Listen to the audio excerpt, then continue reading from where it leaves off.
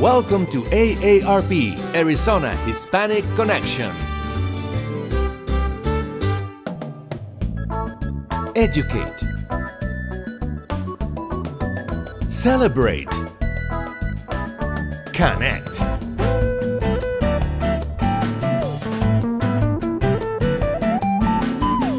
Arizona Hispanic Connection. I'm Alex Juarez, Director of Communications for AARP Arizona, and David's here, and want to welcome everyone again. This is our second luncheon, our Lunch and Learn, and I want to introduce our host, and a dear friend of mine. I've known this lady for many, many years, her and her late husband, Doug Dugan, very dear friends, and she is a great community leader. She is with the City of Phoenix. She's a station manager for Channel 11. How many of you guys watch Channel 11? Raise your hands. She does an amazing job there. Great news reporting there for the city, so thank you. Let me welcome, let's bring Deb Cedillo Dugan up here because she's going to be hosting the program and introducing our guest of honor today. So thank you, enjoy the program. Good afternoon, everyone, and thank you. Yes, Alex and I have been friends for a really, really long time. I moved from Washington, D.C.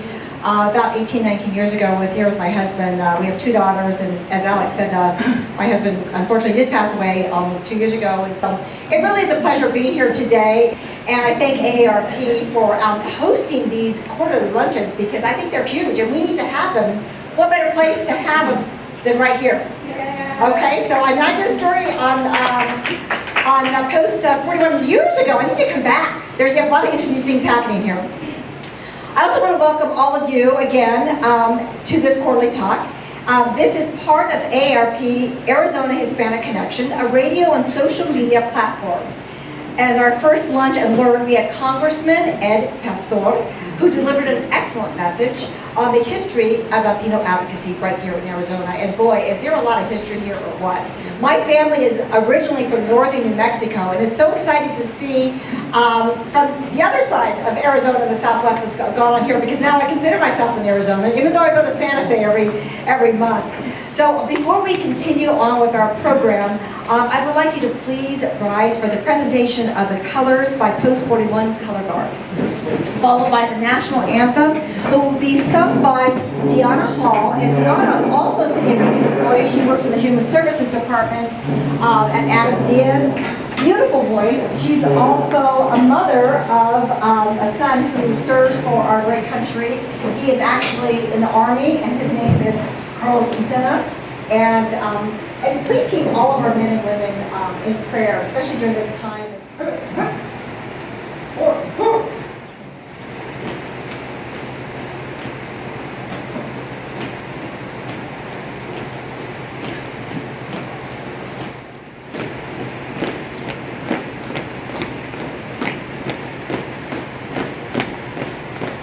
Mark time. Forward. There. Turn. There. Hold. There. Move. Oh, say, can you see by the dawn's early light what so proudly we hailed at the twilight's last gleaming, whose broad stripes and bright stars through the perilous fight were the ramparts we watched, were so gallantly streaming, and the rockets ran to air, their bombs bursting in air, gave proof through the night.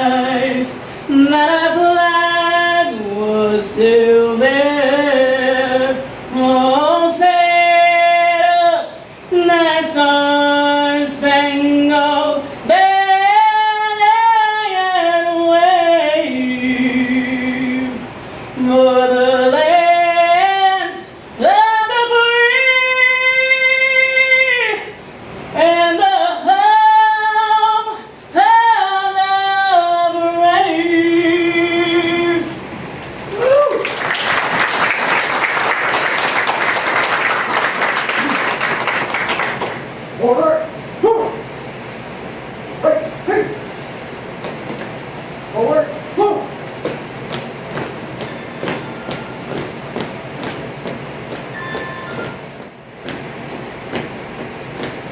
Thank you again for those wonderful, kind words. And right now, I am going to introduce our keynote speaker. It's now my pleasure to introduce our speaker. He is Maricopa County Recorder Adrian Fontes. He'll be speaking on the United States Constitution, another appropriate subject and topic that we should discuss today. Recorder Fontes is an Arizona native born and raised on the border in Nogales. His active duty service in the United States Marine Corps solidified his love for our country. We have some Marines in our family as well. And it made him a strong advocate of the United States Constitution. He's going to kind of break it down for us. He took this passion back to finish his undergraduate degree with summa cum laude honors at Arizona State University. Go Devils. Of course, my house is divided, so I have both ASU and U of A. And then the University of Denver, where he received his Juris Doctorate degree. And after his law school, Mr. Fontes worked for the Denver's DA office prior to returning to Arizona, back home to continue his prosecuting career with the Maricopa County Attorney's Office, and then on to the Arizona Attorney General's Office. With his Arizona AG, he headed the Foreign Prosecution Unit in the Fraud and Public Corruption section of that office. Mr. Fontes left government service for private practice, where he made his way from working in local justice courts through superior courts and eventually to serve cases before the U.S. Court of Appeals for the Ninth Circuit. Adrian Fontes lives in Phoenix now with his wife Mona and their 3 daughters. He's an avid musician, college football fan, and a supporter of this great community we all call home. Recorder Fontes is a member of the National Association of the Counties Telecommunications and Technology Policy Steering Committee and is working on the requirements to achieve a certified elections registration administrator designation. And you're going to explain what that means, okay? Sarah is the elections profession's highest designation. At this time right now, please welcome the very accomplished, very impressive background Maricopa County Recorder Adrian Fontes. Thank you, Adrian. Anyway, I will do this the old-fashioned way with mic in hand. Thank you for the introduction. Thank you very much for the folks here. And by the way, well, it is my favorite neighborhood taco shop. Let's give a nice round of applause for the folks who are serving us lunch today. And definitely thank you very much to the Post and the commander here for hosting this event, and to AARP for all the service they provide their members and the community. Now, many of you will see on the table there's this nice little sheet of paper that I've folded in half. I'm going to be talking about this today, and hopefully you've had a chance to look at it and look at these fables. And what I'd like to do, the idea of the Constitution, really a lot of people, let's be honest about this. People are afraid of the Constitution, right? There's a lot of words, they're big giant paragraphs, they go straight down the page, it's all the way across, and these sentences go on and on and on. And I think one of the things that those of us who have sworn to uphold and defend it sometimes fail to admit that even we shy away from it a little bit sometimes. Even we may not have read the entire thing and taken the time to understand what it is that we'd be willing to lay down our lives for. I know that's not something outside of my personal experience, but one of the things that I think that we fail to do is to learn, what is the Constitution really? What is this organic law that establishes the government of the United States of America? This idea that we operate under the rule of law, what does it mean? And so when I teach constitutional law to my students at Phoenix College, and the Constitution and the Administration of Criminal Justice, I try to get them to actually look at the Constitution as something other than that scary document written by a bunch of old dead guys, these 200 and something years ago. I try to look at it the way that we look at the many sorts of stories that define the way we live in our lives. I dare say that there's something that, particularly with this group, as I look around at these faces, there's something that I think unites us. There's a story that I think every single one of us has, if not heard of, been terrified by, right? Mis hijos, mis hijos. Right, you're laughing because you know who La Llorona is, right? She scared the hell out of me when I was a kid too. What is the nature of that story, and why does it exist? Does it specifically exist so that we terrify our children and bend their poor little minds? No, it exists because we love them and we want to keep them safe. And if their ratty little butts are inside when the sun goes down, we can feel better about that, right? That's what the purpose of La Llorona is. That's what the purpose of storytelling is. It is to show us examples of the way that we ought to live our lives.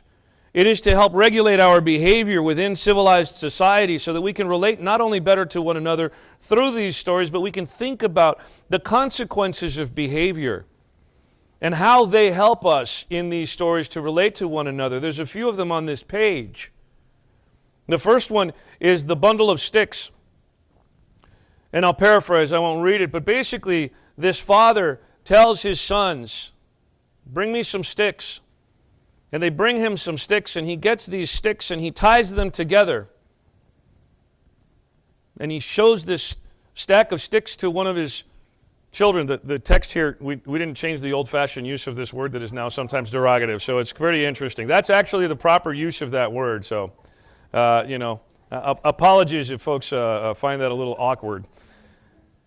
And if you take a pile of sticks like this father did, and you wrap them all up together, and he asked them to try to break it, and they couldn't.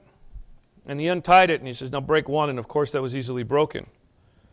An individual is easily broken as compared to an entire group working together, right?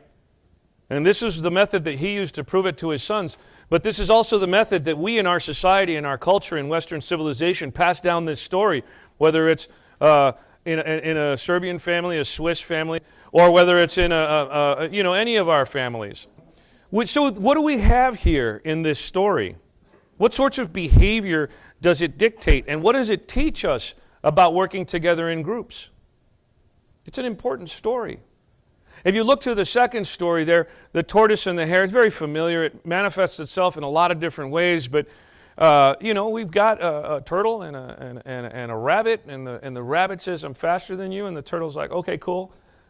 And we'll have a race. There's a lot of versions. I tell my kids a really long version of this story. There's owls and chipmunks and all kinds of animals involved. But at the end of the day, this story speaks to action. The tortoise acted. The tortoise walked and won through diligent, constant action, right? The rabbit could have acted, but the rabbit didn't execute. That's an important part of this lesson. The milkmaid and her pail. The milkmaid is a really wonderful, I think it's a really wonderful story, right? Because here's this young woman who has a bucket of milk on her head. She wants to take it to market so she can make some money to buy some fancy clothes so the boys will look at her and she can toss her head. And as she imagines this, she tosses her head, and what happens? Well, the milk goes all over the place, right? And what does her mother say?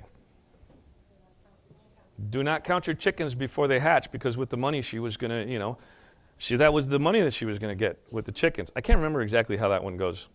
But at the end of the day, this is a question, this is a story that speaks to us about making good decisions. Mom's experience, her knowledge, her judgment is something that this young lady didn't have. And so in each of these stories, as I tell my students, we have these lessons that teach us about how to live our lives. And normally what I do in class is I will take each of the individual people in the class and I will say, go read Aesop's Fables. Just Google it. There's tons of lists all over, right? You get pages and pages. There's 25, 30, 40, 60 of them on a page. And just read a few of them. They're really that short. Some of them 2 or 3 sentences, some of them 2 or 3 paragraphs. And I tell my students, read these stories, because most of them haven't read them and are not familiar with them, which I think is unfortunate. So I kind of give them that introduction into Western civilization, if you will. And they read them and they come back with 3 that they like, and they each one will go through and tell one of the stories. And I tell them 3 because if somebody reads off one of the stories and somebody else had that, they would go to their second story. And I write the moral of the story of each one of these up on the board, right? You're stronger when you work together. Even if you disagree, you're stronger when you work together. Or you must act. You have to act day in and day out to make things happen. Right? Without taking that action, you're going to lose. Or knowledge and experience helps you judge better. You have better judgments. What does this have anything at all to do in the world with the Constitution of the United States of America? You're probably sitting and asking right now. That's great storytelling, Mr. Fontes. Well, guess what?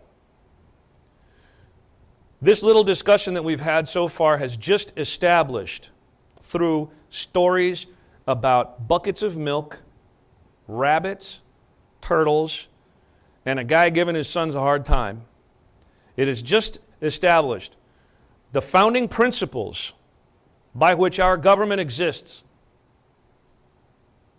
Because in the idea that you are stronger when you work together, whether or not you disagree, you've got to come to some compromise because there is strength in unity. We have Article 1, the legislative branch of the government of the United States of America.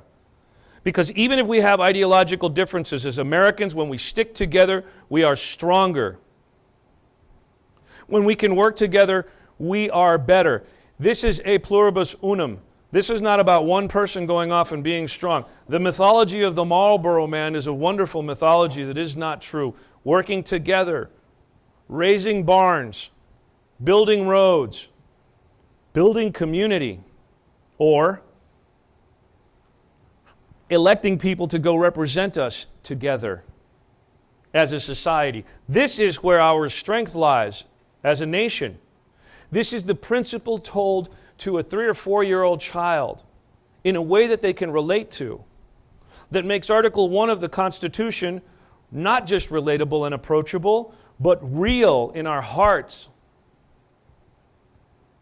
This is why storytelling and the Constitution are essentially the same. And if we look at the idea of the tortoise and the hare, we're looking at Article 2. The executive branch, that branch which executes the laws, which moves forward day in and day out, observing proper regulations, moving our men and women in service in uniform towards those goals that they have to achieve day in and day out, helping us to just do things. It is the action branch of our government.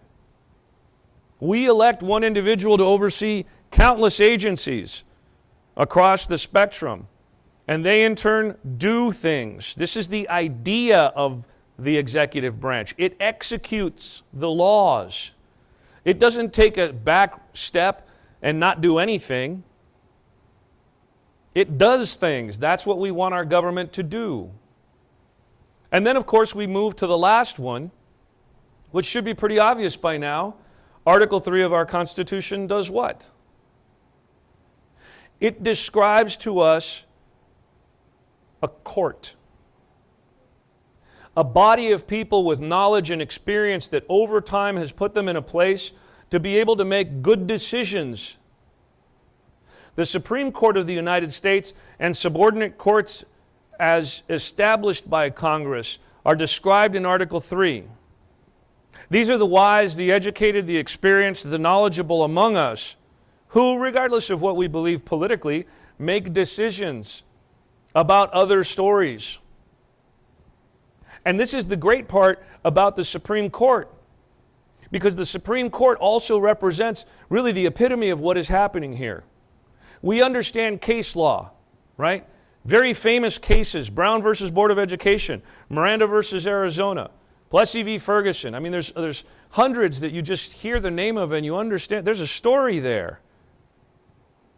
When I say the rabbit and the hare and Miranda versus Arizona, the same thing happens inside of your head.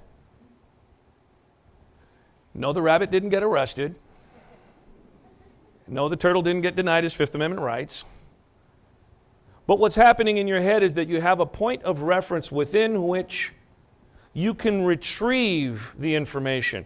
That story of Miranda versus Arizona speaks to the idea that we know very well, and that is that if you are arrested, you are supposed to be informed of your rights.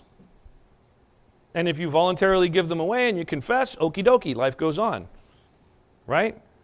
But it prevents involuntary interrogations by law enforcement officers. I mean, that's the idea. This is the story of Miranda versus Arizona.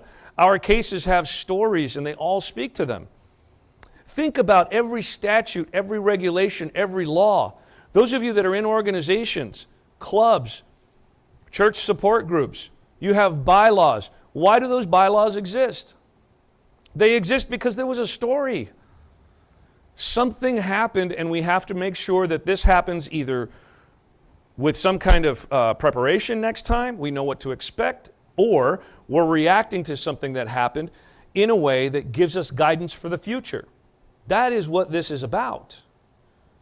And so the idea of the Constitution being this amorphous, unapproachable, big monster out there that we can't relate to is an idea that's easily defeated by the fact that you know these fables.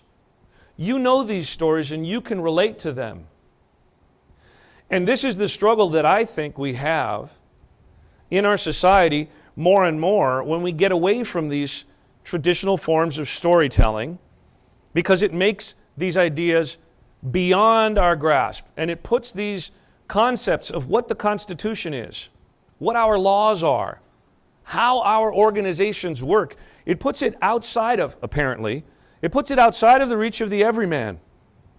It puts it outside of the reach, sometimes we might think, of people who can feel the idea of La Llorona. And that's not good.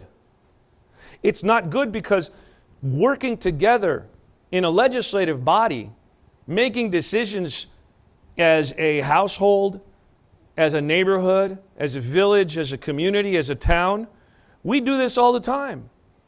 That's Article 1. Why in the world do we think, or do we have this impression that it's so unapproachable and so alien and foreign to us? Article 2, we do it every day. We execute. We have these customs and traditions that we use. We have rules that we set up for ourselves. I won't wear certain socks on certain days. It's a rule I set up for myself. I will continue to wear socks. You're welcome. But, on certain days. This is me executing my day-to-day. I get up in the morning, I brush my teeth, I do this, I do that. I am acting. I am executing on these rules, on these customs. And when it comes to judgment, again, we get into Article 3. And so really the point of all of this is to break down these barriers and to make these ideas that seem so distant and so far away, to bring them home. That's the idea, is to bring all of this stuff into, the Constitution is really right here. And the founders knew that. The founders of this great nation knew when they first wrote the Declaration of Independence that they had to figure this out. Many of them spoke various languages. They read and wrote to each other in various languages. They had these stories generally of Western civilization, and this doesn't apply to all people on the globe. The idea of storytelling does. But let's be honest, there wasn't a lot of Asian influence at the founding of this nation. It was mostly Western European. And so a lot of these stories are anchored in that tradition. And then they decided, after the Declaration, they would create the first organic document that created this government. Anybody remember which one that was? The Articles of Confederation. It wasn't the Constitution. I catch people on that all the time. And they moved into where they are now because this is where we as a people were. These are the themes that we understood. And the relationship between the government and the individual moved us into that place. And so this is an idea that I think we should all take out into the world and own our stories. Own our own storytelling. I can tell you right now, we are surrounded by, all you got to do is look up at the wall. We are surrounded by hundreds of stories. Even here, sitting in these chairs, the experiences that you've had in your lives, whether you haven't been around as long as me or you've been around a little bit longer, these are the ways that we act and interact. And when we isolate ourselves, when we pull ourselves away from our communities and our people. We're pulling our stories away, and we're making it harder and harder for folks to relate to one another. That's where this all ends up. We work together as Americans because we have common stories, common experiences. We have ways of relating to one another through other stories and experiences that are inside and outside of us, like the tortoise and the hare, like La Llorona. So the idea of going out and registering to vote, that's great. That, to me, is a wonderful, wonderful, wonderful second part of the most important thing. Going out and registering people to vote isn't so much about registering them to vote, and it's not about getting them to vote for the candidates or the issues that you want. It's about relating to a human being in your community and sharing your story and listening to their story. We would never have the basic human foundation, for this government if those folks back in those days weren't smart enough to be able to encapsulate in a particular form of government what it was to act and interact as communities of people and common stories. It was a magnificent feat that they did. And you'll notice throughout history, once the Americans, those folks decided that this was going to be their form of government, where have all of the rest of the governments gone that have succeeded and perpetuated? Did you know that our Constitution is the oldest continuous singular form of government that exists today? Our constitutional government, that of the United States of America, has perpetuated longer than any other government that exists today because it is essentially good and human in its structure. Not necessarily in its execution all the time, but that's not a story for today. And so when you look to these things, these are big ideas, I will grant you. These are very big ideas. But the bigger the idea, the closer it is to our inside, the closer it is to our heart. And that's the greatest gift that we got. It isn't about nationalism or patriotism or we're better than you-ism. It's about being a human being and being a human being inside of a structure of government that's based on being a human being. And that's a big deal. And that's one way of looking at our constitutional form of government that most people never even consider. And so when you go, again, knocking on doors and bringing out your neighbors and getting everybody registered and all of that, don't forget that this isn't about so much the red, white, and blue and patriotism and all that. It is about humanity. It is about us as God's children united, regardless of race, color, creed, language, or political preference. Although I don't think that one belongs in that list, but I'm sure AARP wants us to be very politically neutral today, and that's fine. So what I'd like to do is bring that thought into this. Bring that idea of our common humanity through storytelling into the Constitution. It's big, giant ideas, I get it. And I love the fact that we can explore this particular part of our Americanism, right, together. So I know that we've got more than enough time for some questions. I'm happy to get to them, but thank you very much for paying attention, and thank you very much for being here. Apathy. I don't think we're talking about a person. I think we're talking about a whole bunch of people. I think the greatest threat to our constitutional form of government is our people. And our people forgetting the fact that this government is of, by, and for them, for us. I mean, it's really a very simple concept, right? Any idiot can run for office. I mean, I did, right? I didn't think I was going to win. John, yeah, right? I mean, John and Dora over there, they helped me get elected. It's their fault, right? I'm sure some of you helped a little bit too. But here's the thing. One of the questions, I mean, there's an underlying issue here, right? And that is this. We've allowed our government and the idea behind our Constitution to get so distant from the human experience, so distant from us personally, so far away from where we live and breathe, that generally as a society we're apathetic. We're dismissive, and in many cases disdainful of our own government. Why?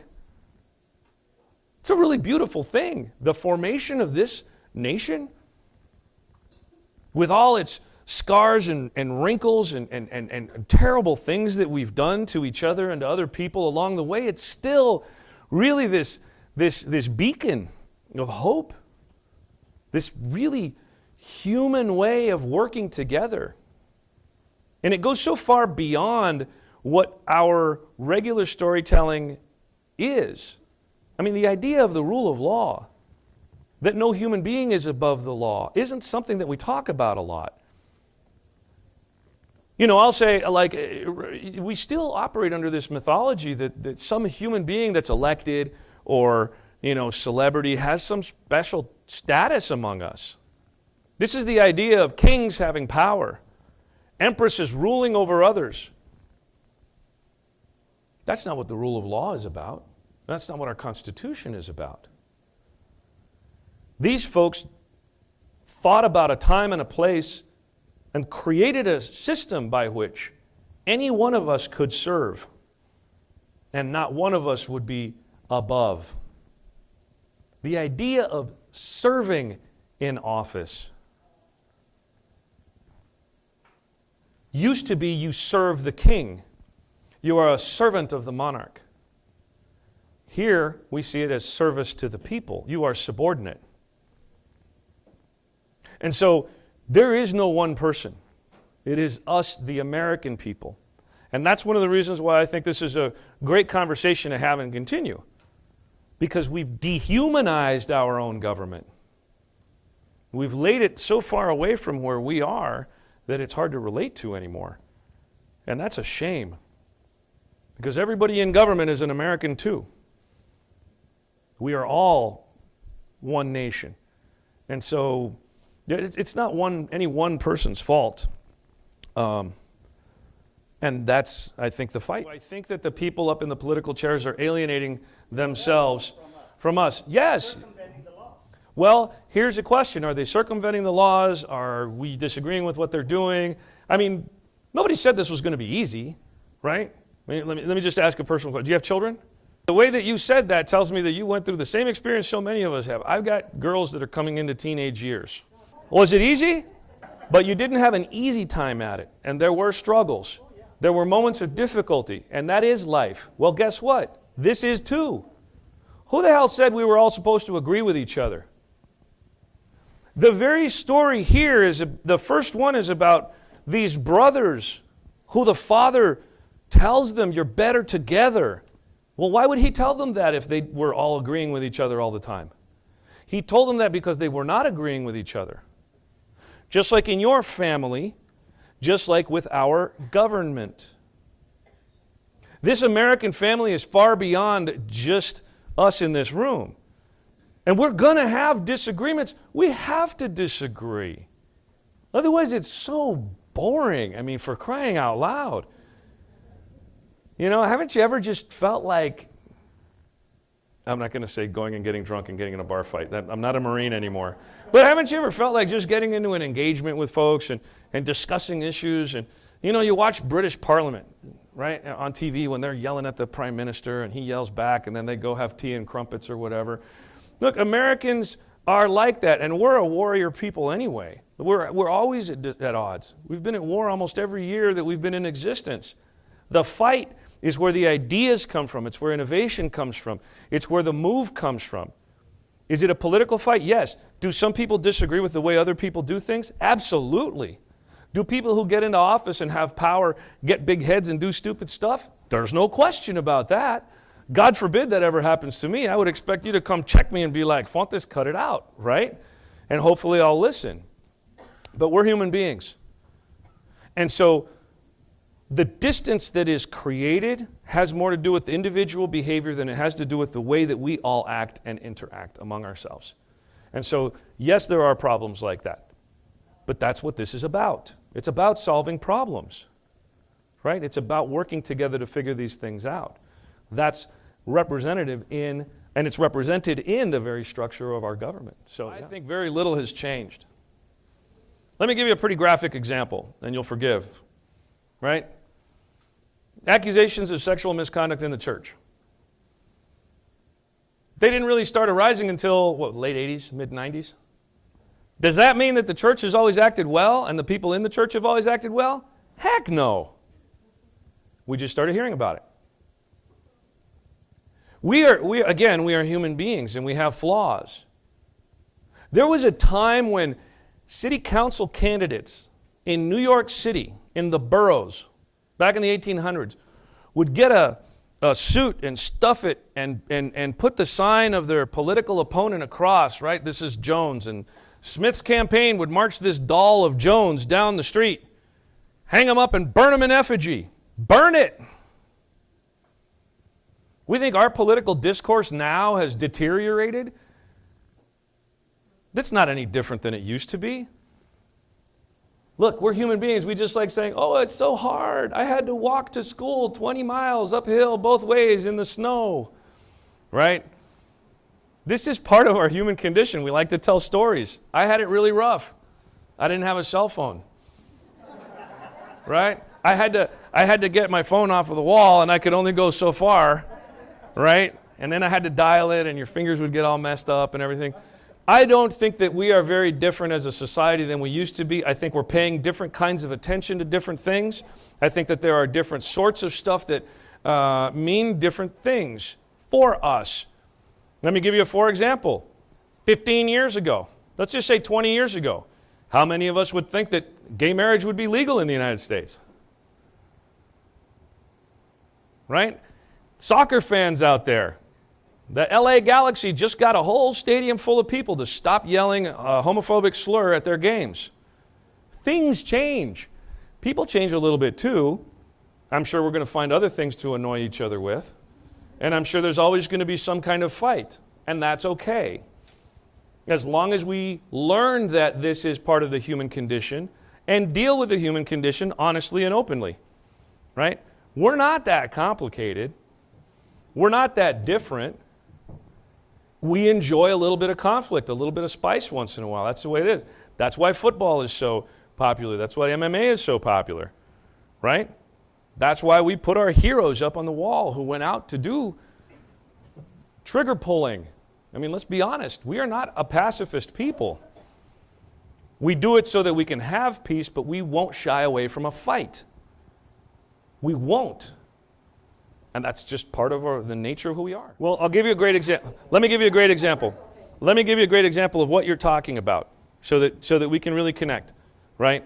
In 1990, I can't remember, the Board of Regents at the universities here in Arizona was going to raise tuition.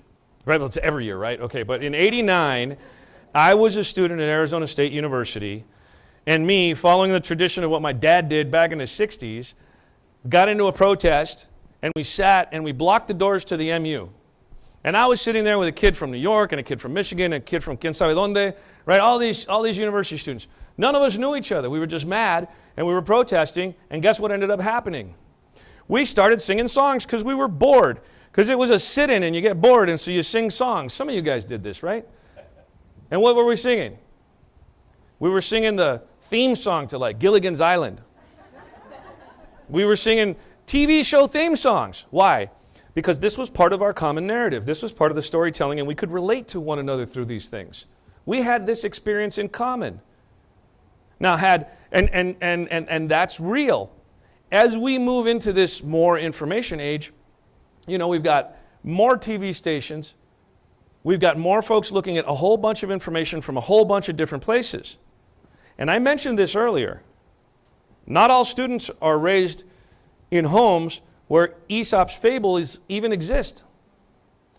The storytelling, that golden thread that binds our society together, is slowly but surely being spread out. I don't think it's lost, but it's being spread out. And this is why storytelling is so important.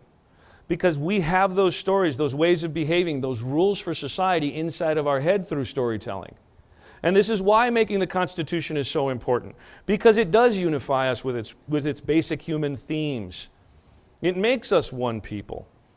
It helps to unite us, just like me and those other students who we had totally different backgrounds, but we had those goofy songs, about a 3-hour tour or whatever, right? Okay, so, and I think there's another question over stop here. Worrying about who's in federal office. Stop worrying about who the U.S. Senator is going to be and who the congressperson is going to be. It's your school board that sets your curricula for your elementary schools. Do you know who sits on your local school board? I mean, in this crowd, we probably have a higher percentage of people who are aware. They're the ones who set the curricula. In first and second and third grade, are the teachers going to be reading Aesop's fables to the children? Guess who decides that? Your next door neighbor on the school board. That's how we're going to do it. We're going to pay attention to where our tax dollars actually make the biggest difference and where our vote and our engagement actually make a real difference in our government. We look at this sort of a thing, and it's big and it's highfalutin and it's way out there, but the practical implication of local office is far more important in the day-to-day. My office decides which neighborhoods are going to get polling stations. My office decides who's going to get trained to work in those polling stations and what their training looks like. I am a local officer. I am just a countywide officer. But think about what that means. Think about what those three things that I just mentioned mean.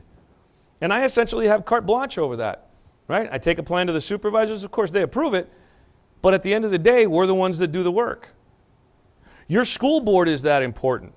The water district that you're part of is that important. The fire district is that important. And many of you in here are engaged at that level, and that's really wonderful. But as everybody else that you know, understanding that these gigantic societal implications, just like storytelling, that they are sometimes won and lost by a dozen votes, because it's those little races that really matter. That's how you do it at the school board level. It's that's an excellent question, and I appreciate it. I hearken back to just this morning.